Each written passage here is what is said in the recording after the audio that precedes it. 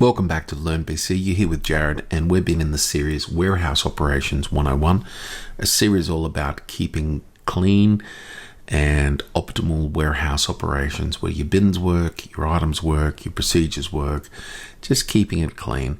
This video is about the item journal. How do we make adjustments via a journal in Business Central? Before I get into it, please like, share, or subscribe to this video to our channel. Help us grow. Let's get into it. Well, I talk about this a lot. I'm up to video 9. We like to cover off the context and rules. What triggers this procedure?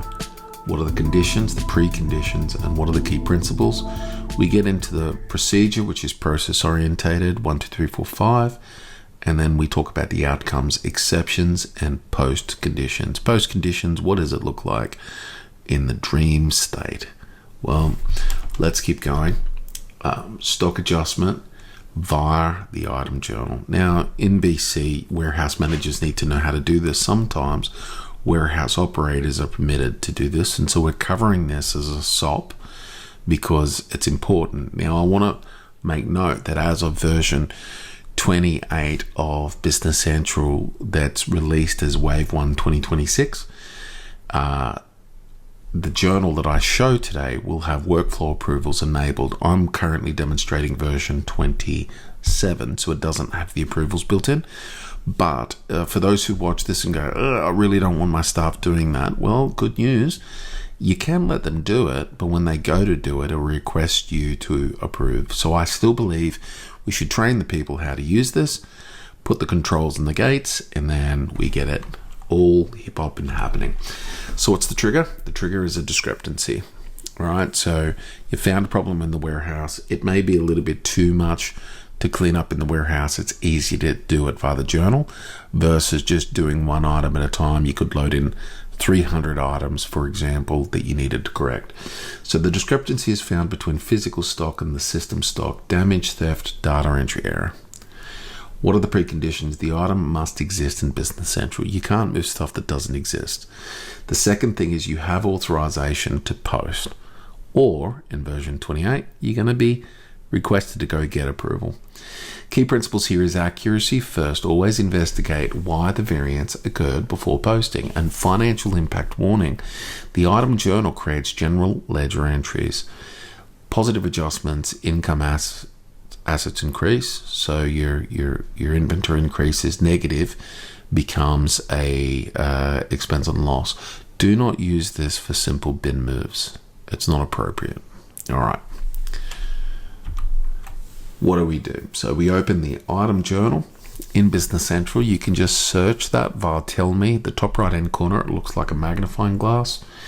You select the entry type. It's either positive entry or a negative amount. Positive amount, negative amount. What is the item location bin?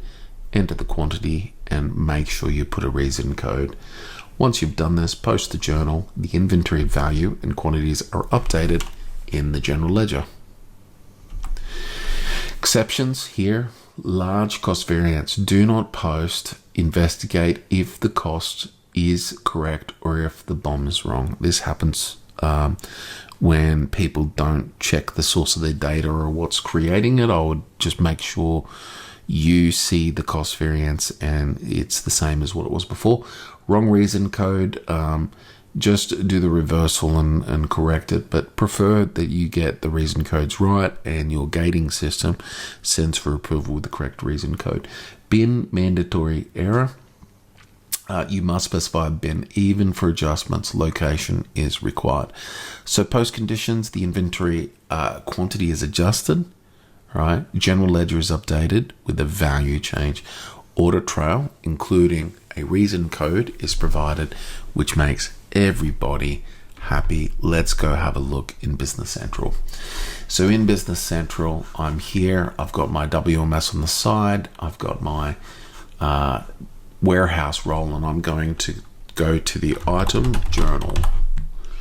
Here in the item journal, it loads in with an existing document number, and I'm going to make a negative adjustment of tests B, okay, at train, and I'm going to make a positive adjustment of the same item.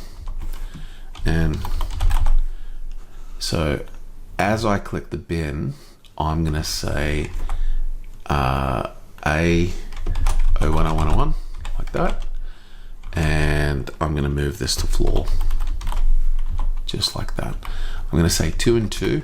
Now, okay, I've checked my bin contents and there's more than enough stock here within the bin. I'm moving 2 from A010101 and moving it to the floor right over on the right. I'm going to click my reason code, and this is just, we're using incorrect is the reason. Okay, so here I'm moving an item. I shouldn't be, you don't use this for ad hoc moves. You should use the actual ad hoc move on the device, which is just using an item reclassification. It doesn't have a finance impact. But here I am making a point. So I can do a negative or a positive. You don't need both.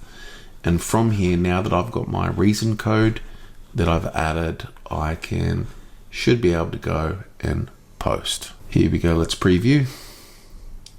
And that will post fine. So I'm now going to hit post. Do you want to post the journal lines? Yes. And that's it.